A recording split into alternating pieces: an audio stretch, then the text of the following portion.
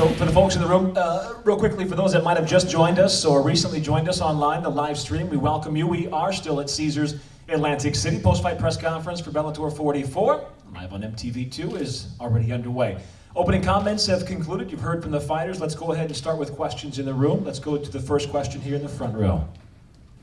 Okay, my first question is for Bjorn about the undercard fight that was brought up to the broadcast between Karabakis and Oropeza. Obviously, the fourth bout that was scheduled was canceled because of the weight issue with Morrison. Was it always going to be, if a fight got canceled, you were going to bump up that one, like that was the star of the undercard, or was that a last-minute decision? And either way, are you happy that it went down the way it did?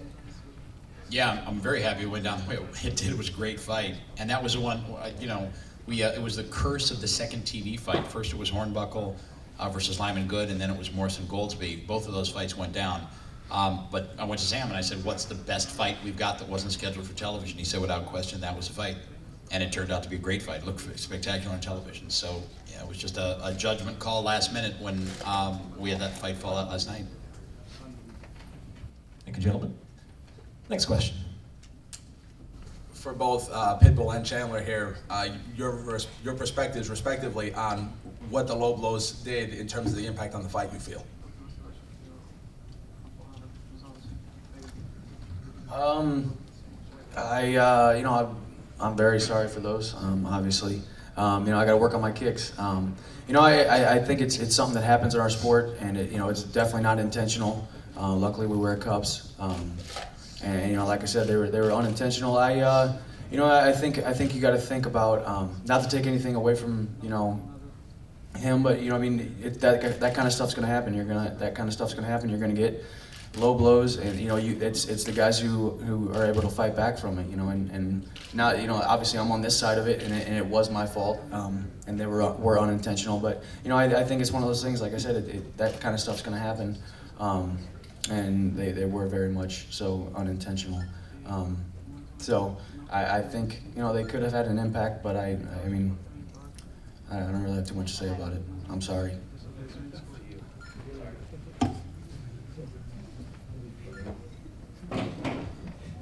Eu acho que como ele falou, eu também acho que eu não vi maldade no chute dele, mas isso atrapalha um pouco porque às vezes você está ali numa sequência de golpes, está vendo uma abertura de golpe, está vendo que ele está recuando, está vendo que ele está sentindo, está vendo que para onde ele está baixando a cabeça, qual o erro dele, e às vezes um chute desse desconcentra você numa sequência de golpes ou de efeitos que está fazendo nele, mas como ele falou, eu acho que não foi intencional, acho que foi sem intenção mesmo.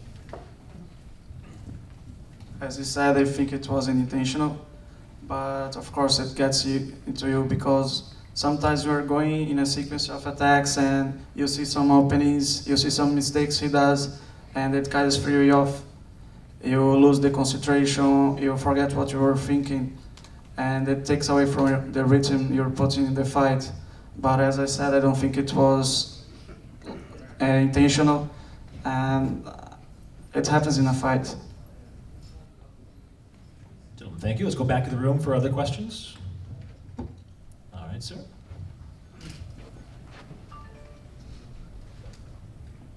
This question's for Michael Chandler. How do you think you match up with Eddie Alvarez? And how do you see the fight finishing? I think right now I match up well. I think in 3 to 4 months I match up extremely well. I think I'm going to put in the training, nothing against him, but I know I'm going to be training harder than him with better training partners and better coaches.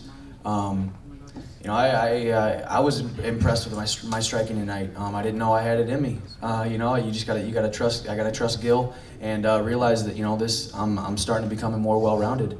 And Eddie's a great champion. I like the way he fights. I like how he comes at guys. We need. I always say we need guys like Eddie Alvarez in the sport who come forward, and they bring the fight to guys. I think I match up well. I think, like I've said, I trained for this fight. If it had to go 3 rounds, I was training to dominate every single round. I'm gonna be training to fight a 5-round fight against Eddie. And I know that I'm gonna be able to push harder than him. I know that I want this. I want that belt, and I've wanted it since September, since I signed with Bellator. And this road has been set out for me. I knew I was going to fight a few fights, make it into this tournament, win this tournament, and now Eddie Alvarez, I can finally, whenever you guys ask me about him, I can finally say, what do I think about him? I think I'm fighting him next, and I can start actually focusing on him and not the guys who I had to fight in this tournament. But I think I match up well. I'm gonna bring the fight to him, and I don't think many guys have. I think a lot of people have been a little bit scared of him and or let him kind of get off on him. So I'm gonna bring the fight to him, and you guys better not blink for 25 minutes. I plan on having that belt around my waist by the end of the year. Thank you, Michael. Back to the room for our next question. Hey Bjorn, James Jefferson, MMA Sports Extreme Show. First of all, thanks for coming to Jersey. We love you here. Question about the Eddie Alvarez fight. We'd love to have it back here in Jersey. Obviously, he's from Philly, and it was a great turnout here at Caesars, and you see Caesars rolled out that red carpet for you, and it was a great fan experience tonight. What are the chances of having that fight right back here at Caesars? Well, it's sure something we can talk about. I mean, it's a huge fight for us, and this was a spectacular venue, electrified. The fans were great from start to finish. The first fight went into the cage, and there was not an available seat in the house, standing room only, and it's just great fight fans. I mean, you get around this New Jersey area and the New York area and Philly, you get close proximity to Philly, and it's just fight fans just, levitate towards something like this. So it was great. I mean, it was powerful and magic. We just got to sit down with a team at Caesars and see where their heads are, see what their avails are. I mean, one of the upsides of this location is that it's such a spectacular turnout. One of the downsides is it's such a spectacular turnout that they often have a lot of things booked on days when we have fights. So we got to sit down with Ken Khan and the team at Caesars and figure it out. But this was electrifying. It looked great. I mean, you guys didn't get to see it down from the truck. I ran out of the truck a few times, and it looked like $1 million. It just looked packed, and people were excited and having a good time. So, would love to be back here. And I'm really looking forward to coming back here. All right, let's go back to the room. Next question. Hector, obviously the knockout was what it was, but those first 2 rounds, for a lot of fans and a lot of people watching, left a lot to be desired. What happened those first couple rounds? Oh. And people always gonna talk, you know what I'm saying? If you have finished the fight in the first round, people always talk. If you have finished the fight in the second round, people always talk. If you're finished the third round, you're gonna talk.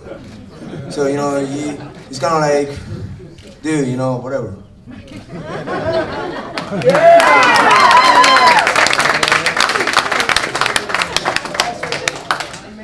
Pause for a moment for the media to finish their quotes. Everybody got that? Okay, next question. I don't know how to follow that up, but this one's for Bjorn. With the great performance from Alexander and Brett, is there a possibility that Mr. Cooper could be considered for the middleweight tournament now after a great performance like that? Yeah, there is. And obviously, it was a qualifier for the tournament, so Alexander is in. We would have been hard-pressed to have kept him out anyway after a 5-round performance with Hector Lombard in our world title fight last year at the Hard Rock. But yeah, without question, that thought process goes on. One of the things that's happened to us of late is that we're starting to get stacked in terms of depth at each weight division. I mean, our featherweight division now is just rock solid. We're going to have a featherweight tournament coming on this summer. 35 is just top to bottom. I mean, I think the combined record of our 35-pounders that are going into the fall tournament is like 68-7 or something. I mean, it's nuts. So there's a lot of competition. I mean, I think we started out with over 100 fighters we were analyzing in terms of guys that would fit for that 85 tournament. But with a performance like that by Brett, and also what he's done with us in the past, he's had some really dominant performances in the past. So yeah, that's something we would look at without question. I actually talked to him about that before we came in here. So yeah, it's something we would sure think about. Next question. Back to a previous question asked about possibly bringing the Alvarez fight to Jersey. You mentioned that you like the venue and you'd like to come back here, but the last time that Eddie Alvarez fought in this region was in Philly, and it packed a significantly bigger venue. If you were to come back to Jersey, would you be looking for something that seated more fans? Yeah, I mean, Eddie puts a lot of butts in seats, and for good reason, So that's something we'd have to sit down and talk to the folks at Caesars about. I mean, we found a spectacular alliance, a spectacular partnership here in the Atlantic City market. So we'll sit down with them and we'll see this is not the only venue that they have on site. This is not the only venue that they have access to. So St. Louis. Anyway, but that's surely a conversation that we can have with them. This is, like I said, it's not the only venue they have here. This one was electrifying, but they've got some others they have access to as well. So that's something to discuss. This question is for Alexander. How would you rate your performance tonight?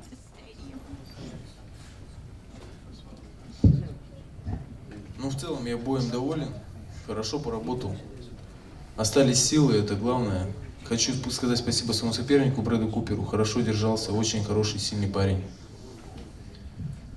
Well, I can say that I'm satisfied with my fight. I would like to thank my opponent, Brett Cooper, for this great fight because it takes two guys to make a good fight.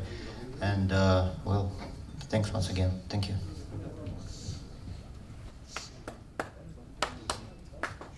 Our next question in the house.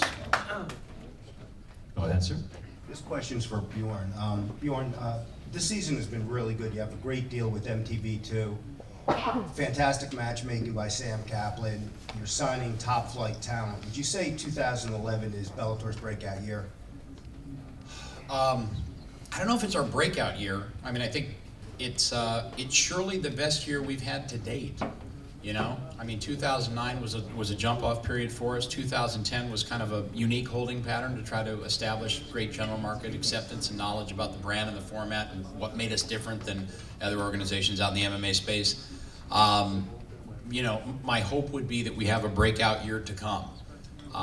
But this has been a great year. I mean, the alliance with MTV2 gives us same time, same place, same channel. It's 82 million homes. It's out there. You know where it is. You know where to find it. We don't have any of the preemption or delay issues we've had in the past.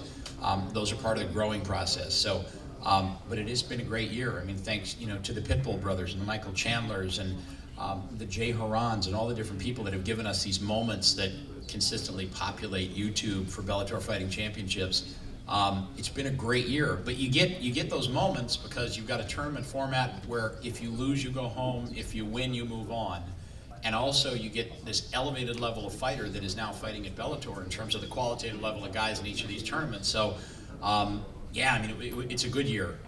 But, you know, I look at it from a micro perspective. I'm always analyzing everything from a production perspective, in-house, live event, fighters, etc. So, you know, I'm not satisfied, but it's been a very, very positive experience over these last 3 months. But my hope is that it just keeps getting better, stronger, more exciting, more entertaining, qualitatively at a higher level. So that's a long answer to a short question. Sorry.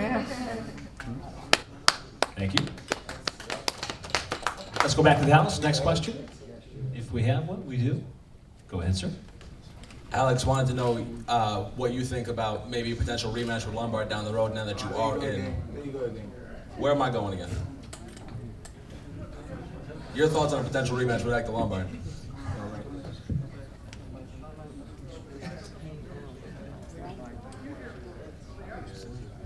Я бы очень хотел этого матча, но для этого нужно еще выиграть 3 боя. Well, of course, it would be great to have the rematch, but he has a long way to go. He has to win the 8-man tournament to get the chance to fight Hector again. So. Thank you, gentlemen. Let's check the house one last time for a question.